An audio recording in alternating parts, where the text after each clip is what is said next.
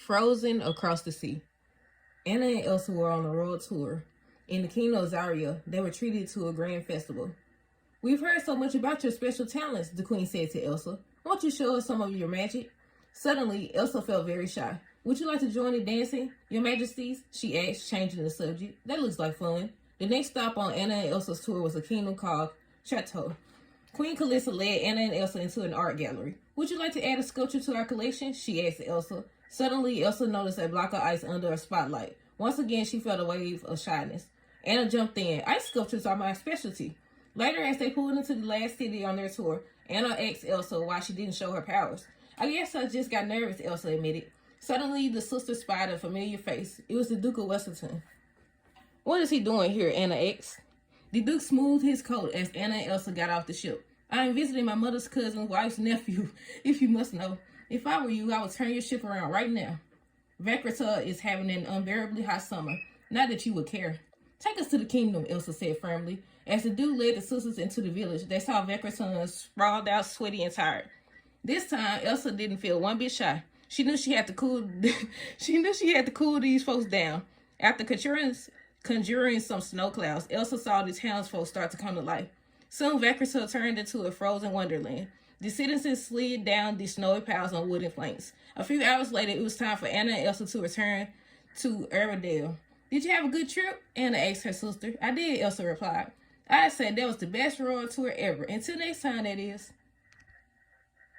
Childhood times. It was a beautiful day in the little kingdom of Arendelle. King Agner and Queen Edna proudly stood in the castle courtyard, greeting their guests. If all went well, Arendelle would have 3 new partners in trade by the end of the visit. Upstairs, Anna pleaded with her sister. "Elsa, can we play with the magic?" "We're supposed to stay in our rooms and not disturb the guests," Elsa said. "Elsa, please," Anna begged. "We can hide. They'll never see us." "Okay," Elsa said, "but we have to be very quiet. Come on, we'll go to the kitchen." Inside the kitchen, Elsa cut loose. She made huge amounts of snow and ice. "See that pan?" Elsa shouted. She hit it with a flying snowball. Woohoo! The 2 girls were having so much fun that they barely saw the king and queen arriving with their royal visitor. Quickly, Anna and Elsa slipped upstairs. When the king and queen entered the kitchen, they were surprised to see all of the ice. But the royal visitor thought the snowballs were wonderful. "Oh my, this is just what we need on a warm summer's day," exclaimed the baron, spooning the snow into a cup. In the ballroom, Elsa filled the room with snow. Suddenly, the girls heard the guests coming. They raced back to their room. Down in the ballroom, the baroness slipped and landed in a pile of snow. "Oh dear," the queen said. She and the king rushed to help the baroness. "Snow angels," the baroness cried out. "I love snow angels. What a delightful surprise." "I say," the baron chuckled. The kingdom of Arendelle stops at nothing to please its visitors. After the visitors had gone to their guest rooms for the evening, the king and queen went to check on their daughters. Both girls appeared to be sleeping soundly, but as soon as they were alone, the girls' eyes popped open. "Elsa, do you want to play?" Anna asked. "Anna, we can't. We're already going to be in a ton of trouble tomorrow," Elsa said. Anna leaned back onto her pillow and sighed. "Still, it was so worth it," both girls said together. Babysitting the Troll Tots. Anna, Kristoff, and Sven were visiting Troll Valley to babysit the Troll Tots. Balda took Anna and Kristoff to the Tots. "If they get hungry, you can feed them smashed berries, and they may need a leaf change. But it's just about their bedtime, so they should be sleeping soon." As the adult trolls headed off, Anna waved. "Have a great time. Everything is going to be a disaster." Anna, Kristoff, and Sven had turned to see that the taller trolls had escaped from their pen. They were running, climbing, and swinging all over the place. "Oh, no," Anna said, rushing to help a few trolls who were climbing up the boulders. "That's dangerous." The more Kristoff, Anna, and Sven tried to calm the little trolls, the wilder they became. They weren't hungry and they weren't dirty. They just wanted to play. Suddenly, a cheery voice interrupted them. "Hello, troll babies." It was their friend Olaf. As Anna turned to greet him, she tripped and fell into a pile of berries. Anna lifted her head, her face covered in dripping purple goop. The little trolls burst into loud giggles. They stampeded toward her, lapping up the berry juice on her cheeks. Anna laughed. "Well, I guess that's one way to feed them." After the trolls were done, they sat in a heap, happy and full. Suddenly, a strange smell floated in the air. The trolls looked down at their leaves. "Uh-oh," Kristoff said knowingly. Anna and Kristoff set about changing the trolls. Soon, everyone was clean and sweet-smelling once more. Anna noticed that the trolls were swaying. Some of them were having trouble keeping their eyes open. "Maybe Kristoff and Sven would like to sing a lullaby," she suggested. "Rockabye troll leaves in your small pen," Kristoff sang. "Time to go sleep before Uncle Sven Kristoff crooned, switching to Sween's voice. By the time the adult trolls returned, the wee ones were sound asleep. Wow, great job, Bulda whispered. It was easy, Anna replied, elbowing Kristoff. Piece of mud pie, Kristoff added. Bulda's crystal. Kristoff was on a mission. Bulda's favorite crystal had stopped glowing, and he was determined to fix it for her. Kristoff found Anna, Elsa, and Olaf in the library. He explained that he was looking for a book about the trolls. Elsa knew which book Kristoff meant. Trolls' crystal can be recharged where lights wake the sky, where the sky touches the earth, and where waters run long, she read. Lights that wake the sky could be the northern lights, said Anna. A mountaintop could be where the sky touches the earth, said Kristoff. And there's a long, narrow ford by applauding mountain, said Anna. The friends decided to set off at once. After hours of climbing, they finally reached the top of the mountain. To their surprise, there was nothing special on the summit. Do you think we went to the wrong mountain? Anna asked. The sun was beginning to set, so the group decided to stop for the night. As it got darker, the mountain began to glow. Everyone got up and gazed at a crack in the overhang behind them. Sven nudged everyone out of the way and hit the rock with his antlers. Crack! He created a wedge and a few crystals spilled out, but the crystals stopped glowing as they hit the ground. Anna was drawn toward the glow. Perhaps we are going about this the wrong way, she said. The crystals are glowing inside the mountain. If we put Bulda's crystal inside, maybe it'll go too. As Anna held Bulda's crystal up to the crystals inside the wall, a magical spark passed between them. But when she removed her hand from the rock, Bulda's crystal was still dark. The next day, the group returned to Troll Valley. We weren't able to recharge your crystal, Kristoff said. Well, Bulda said, crystals can be finicky. Let's take a look. As Anna placed the stone in Bulda's hands, the crystal began to glow brightly. You did it, said Bulda. We did, Kristoff asked. Oh, Kristoff, you underestimate your own magic. When you work together and support one another, anything is possible. A royal sleepover. Psst, Elsa, Anna gently nudged her sister. Wake up, I can't sleep. Anna flopped down on Elsa's bed. Want to have a sleepover? Elsa grinned. That sounded like fun. Elsa headed to the kitchen to get snacks. When she got back to her room, she found Anna digging through the closet. Aha! Anna cried. I knew it was here. Anna held up an old book. Her parents had read it to the sisters every night. Elsa looked around. It had been a long time since she had a sleepover. So, what should we do first? She asked. Anna was ready. How about we build a fort like when we were kids? Anna stacked pillows and blankets around the room, making lookouts and hidden caves. Meanwhile, Elsa created icy tunnels and snowy turrets. Suddenly, there was a knock at the door. It was Olaf. The sisters invited the little snowman to join them. Soon the friends were happily playing. Olaf was a natural pickup sticks. Olaf was a natural at pickle sticks, and Anna was great at work of art. How about a scary story, Elsa suggested. Anna went first. Using her spookiest, most dramatic voice, she told the story of the hairy hooligan. Suddenly, a sad whine echoed through the room. Oh, the cry sounded like it was coming from outside the castle. Elsa, Anna, and Olaf ran to the window. There was a shadowy figure walking toward them. The trio raced outside. It wasn't a monster, I thought. It was Sven. Sven, Elsa said, what's wrong? You couldn't sleep, could you? Anna asked. You should come to our sleepover, Olaf said. Soon the group was happily settled in Elsa's room. How about another story, Elsa suggested. She held up the book Anna had found. As Anna, Olaf, and Sven got comfortable, Elsa began reading. Once upon a time, a short time later, Elsa heard the sounds of heavy breathing around her. Everyone had fallen asleep. Smiling, Elsa climbed into bed. Then, with one last look at Anna and her friends, Elsa too drifted off to sleep. Anna in charge. It was a beautiful morning in Arendelle. Elsa was away and had left Anna in charge. Anna was nervous. All she had to guide her was a letter from Elsa. As Anna sat down to read the letter, there was a knock on her door. Excuse me, Your Highness, a guard said. You are needed in the throne room. Anna followed the guard to the throne room, where two farmers were shouting at each other. Thank you, Anna said to the guard. Now what seems to be the problem, gentlemen? Anna asked. His chickens are eating all of my corn, one farmer shouted. Well, his cows keep eating all the grass in my field, the other farmer yelled back. Anna listened to the farmers. How was she supposed to solve their problem? Then she remembered Elsa's note. Anna quickly read the first few lines. Problems can be hard to solve, Elsa had written. You have a good heart. Do what you think is right. Anna bit her lip. What did her heart tell her was the right thing to do? Finally, she jumped up. I have an idea, she said. Let the chickens eat the corn. The cows can eat the grass. And you both can share the milk and eggs. The farmers looked at each other. Then they nodded. They both liked that idea. Anna smiled. She had solved her first problem of the day, but she was not done. The Royal Regatta was about to start, and the Arendelle row team was one person short. Anna opened Elsa's note and read the next line. Don't be afraid to mix it up. That gave Anna an idea. Racing down to the water, she jumped into the boat and began to row. The rest of Anna's day flew by. Before she knew it, the sun was settling. It was setting. Suddenly, Anna realized that she hadn't finished reading Elsa's note. She opened the scroll. After a busy day, it's nice to see the stars. The best view is from the roof. Anna climbed up to the roof. To her surprise, there was a picnic dinner laid out. Next to the food was another note. Excited, Anna began to read. Good job today, Elsa had written. You can be me anytime. Anna gasped. She didn't know if she was ready for that. Looking back down at the note, Anna read the last few lines. But don't worry, I'll be back tomorrow. Anna's birthday. Anna was excited. Today was her 5th birthday. Anna ate a quick breakfast, and then Gerda helped her into her party dress.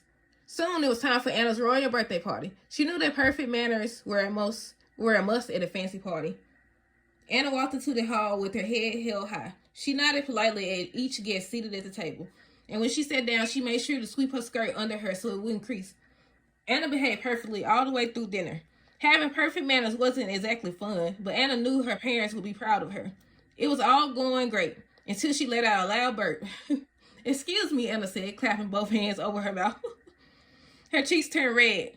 Burping was definitely not good birthday manners. Anna's father smiled. Don't worry, he reassured Anna. Sometimes a burp is a compliment to the chef. And then the king burped. There, he said. Now the chef knows we both enjoyed the meal. Anna laughed. Her father always knew how to make her feel better. That night, as she got ready for bed, Anna sighed. She had really been looking forward to her birthday. But she'd been focused so hard on acting perfectly that she hadn't had a chance to have any fun. Suddenly, Anna heard a voice. Psst. It was Elsa. Are you ready for your real party? Elsa asked. My real party, Anna responded. Isn't that what I just had? With a grin, Elsa waved her hand. Those royal parties are too proper to be any fun.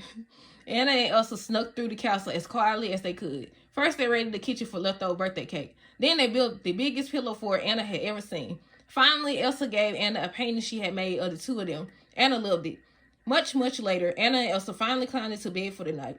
Did you have a good birthday? Elsa asked. Thanks to you, Anna told her sister. It was perfect.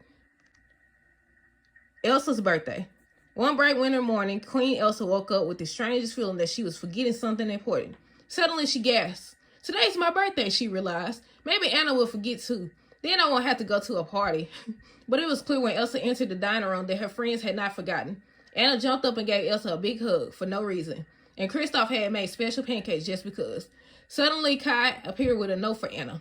This must be about the flowers, Anna said. I mean the towers, she continued. You know, the ones we're adding to the south wing. I better go. A few minutes later, Alina entered the dining room. The royal baker said he can't manage 50 cake layers, she told Kristoff. Kristoff shook his head. Cake? What cake? There's no cake, he said nervously. 50 players is what he meant for the chess tournament. Elsa smirked as she watched Kristoff race out of the room. She knew very well that there was no chess tournament. All day long, Elsa tended to her royal duties. As they turned to dust, she looked out over Arendelle. Usually, she would have a quiet dinner with Anna and Kristoff, then read by the fire or take a walk with Olaf. But that night, Elsa knew she would have to be more social. They're doing this because they love you, Elsa reminded herself. At that moment, Anna appeared. Elsa, she said, I was just looking for you. I need you to come have a look at the new towers. Anna led Elsa through the castle in awkward silence. Finally, Elsa took pity on her sister. You don't have to pretend, Anna, she said. I know you're throwing me a surprise party. Anna gave her sister a sly smile. Oh, it's a surprise, all right, she said. Anna opened the door to the ballroom. Elsa looked around in astonishment. It's just us, Anna said. A quiet little party with your family and friends. Elsa smiled. I thought for sure you were planning a huge bash. Anna smiled. You love quiet evenings with your family and your best friends. And on your birthday, you should get exactly what you want. The ice games. It was winter in Arendelle. Kristoff, Anna, and Elsa were preparing to compete in the ice game. The first event was ice sculpting. Elsa carved a gorgeous ice statue of the rock trolls. Next was Anna and Kristoff's event. I don't care what the event is. I know we're going to win, Anna said. Couples ice skating, the announcer boomed. Unless it's that, Anna said. Anna and Kristoff gave it their all. Kristoff managed a little jump and Anna only fell down 9 times. They didn't win, but they had a lot of fun trying. That night at dinner, Anna, Elsa, and Kristoff discussed the ice games. With Elsa's first place finish and Kristoff and me coming in third in the ice skating, Anna said, we actually stand a chance of winning the ice games. All we have to do is win the big Togobun race tomorrow, Kristoff agreed. Good luck. Anna heard a small voice behind her say. She turned around to see a little girl from Arendelle. Thank you, Anna replied with a smile. Good luck to you too. As the sun rose the next morning, Anna, Elsa, and Kristoff piled into their toboggan. It was time for the last event. The trio rocked down the slope with the rest of the racers. Soon they had pulled ahead of the pack. Anna, Elsa, and Kristoff were almost to the finish line when another tugabun passed them. It was moving so fast they couldn't even see who was inside. The tugabun streaked down the slope and across the finish line. It was a group of children from Arendelle. We won, the kids yelled, hugging each other and jumping up and down. Watching them celebrate, Anna couldn't bring herself to be disappointed that she, Kristoff, and Elsa hadn't won. I'm sorry we didn't come in first, Kristoff, Elsa said later. Kristoff grinned. Don't be. I finally got to compete in the ice game, and I think it's great that they won. Having friends you can count on is really important when you're a kid. Anna hugged Kristoff. Having friends you can count on is really important forever, and I have the best friends of all. A cool contest. Today was the annual ice carving contest. Good morning, Elsa greeted the crowd. Welcome to the contest. The rules are simple. Each team will have until the sun sets to finish their sculpture. Then I will choose the winners. Good luck. Anna and Olaf picked up their tools and together began chipping away at the ice. Meanwhile, Kristoff and Sven carefully searched their block of ice for lines and cracks. Kristoff put his ear to the ice and closed his eyes. Okay, Sven. Now I know where the ice will break, Kristoff said. Nearby, Anna saw Kristoff and Sven carefully start to carve their ice. She stopped and looked down at her own block of ice. She and Olaf had been having so much fun chipping away that their ice didn't look like anything. Anna set down her tools and studied the ice. Suddenly, she noticed all the small cracks in the ice. Now she knew where it would break. The friends picked up their tools and started chipping away again. The pair louder caught Kristoff's attention. Their sculpture looked a little funny, but they seemed to be having a good time. Kristoff looked at his block of ice. Maybe we don't need to be so careful, Kristoff told Sven. Kristoff used his chisel, and Sven used the sharp points of his antlers. Soon they were laughing too. All too soon the sun set. Elsa looked at Kristoff and Sven's sculpture. She smiled. It looks like Sven, she said. It's too bad you weren't able to finish. Next, Elsa moved to Anna and Olaf's sculpture. Well, you finished your sculpture, she said, but what is it? It's an Iceman, Olaf said. Oh, of course, Elsa said politely. Elsa moved from team to team. Finally, she stopped at Lena's and Kai's sculpture. They had carved the castle. Elsa turned to the crowd. Lena and Kai are the winners, she announced. You know, Kristoff told Anna, I bet we could have made something great if we worked together. Anna grinned. You can listen to the ice. And you can make sure Sven and I don't get too serious, Kristoff added. The two friends shook hands. They couldn't wait until the next contest. A new reindeer friend. Spring had finally sprung in Arendelle. Anna, Elsa, and Olaf were enjoying the warm weather with a nice walk. Hoo-hoo, called Oaken as the girls entered his trading post. Big winter blowout sale. Hi, Oaken, Anna said. Do you have anything special today? Oaken nodded. These shoes for walking on snow are special, and that sled for sliding down mountains, half off. Anna grinned. How could she say no? Outside, Elsa looked at Anna. I'm not sure any of that was special, she said, right? Anna shrugged. I'm sure I'll find some use for it, she said. Olaf was looking over his supplies when a bumblebee buzzed past him. Olaf followed the bee, and Anna and Elsa followed Olaf. Suddenly, the sisters heard a crash. The snowman had chased the bee right off a cliff. Hang on, Elsa said, waving her hands. She caught Olaf and pulled him back onto the cliff. But Olaf wasn't paying attention to the sisters. He was looking at a young reindeer stranded on the ledge below him. You poor thing. How did you get down there? Anna asked. And how are we going to get you up? Elsa thought for a moment. Then she waved her hands, creating an ice ramp for the reindeer to climb. The reindeer carefully stepped onto the ramp, but the ice was too slippery, and he fell down. Now what? Asked Elsa. I know, Anna said, grabbing her bag of winter gear. She slid down the ramp. First, Anna put the snowshoes on the reindeer's hooves. Then she tied a rope around the reindeer. See? I told you I'd find a use for this stuff, she called up to Elsa. Elsa and Olaf pulled with all their might. Finally, everyone was off the ledge. Olaf turned to Anna and Elsa. Can he come home with us? He asked. Of course, Elsa said with a smile. Elsa led everyone to the sled. Hold on, she cried. Then using her magic, she created a series of snow slides. The group zoomed down the mountain and through the castle gates. Their adventure had been fun, but it was nice to be home. The end.